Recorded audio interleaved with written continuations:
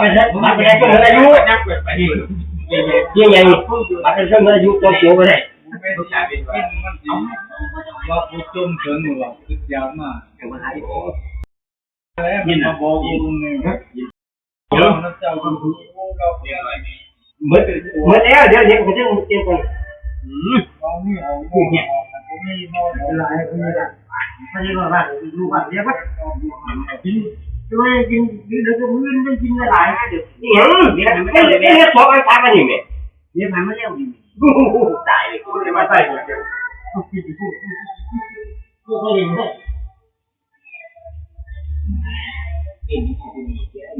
ยังไงเนี่ยกินตู้นี่กระตู้มันบอกไปเดินบอกเอาพุ่งเรื่องแกตู้เนี่ย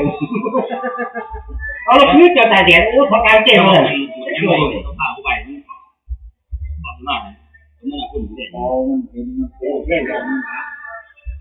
มันโดนงานอะไรมันจะมีผมยันหักบอกยันเขาฟ้องตรงรู้สึกแห้งเพราะผมกินโดนมันยากนะของมันนะครับมันจะขึ้นเนี่ยโอ้ขอกินของใหญ่โอ้คุณนี่คนเยอะว่าจะเยอะเมนูโอ้ที่มือเลยมันมีอยู่2ใบโกลอยว่าเอาป้าทุกคนเขาไม่พอเขาอีนี่เขาพอไปเขาพอหายไปที่พ่อหา100เนาะแล้วอีกคนนึงมา100นี่ไปเอาไปคนกูรถปกโซกูไอ้คนปวดที่ว่าเนี่ยไปกินมาเลยเขานั่งเองอยู่ก็ได้คนนั่งเก่าเนาะนั่งเก่าอยู่พอชีวิตของเขาคือว่าวันนี้น้องมากให้อยู่มากมีรักยังไงมีรักยังไงคือโค้ชอยากได้ยิบเอาเลยเพราะว่าบริการมันเป็นกิจกรรมของเราเห็นวันนี้เห็นบอกกระถาว่าของเราสวยมากได้เห็นบอกสวยมากเราดูสูงเหมือนพญานั่งเสียงนั่ง3 ท่าน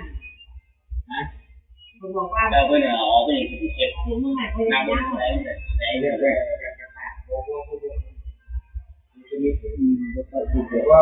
นั่งมึงดูเนี่ยไปย่อมดูก็คอยกูให้ผู้ใดเตะต้องหลังจากนี้คือโยกออกไปบ้าน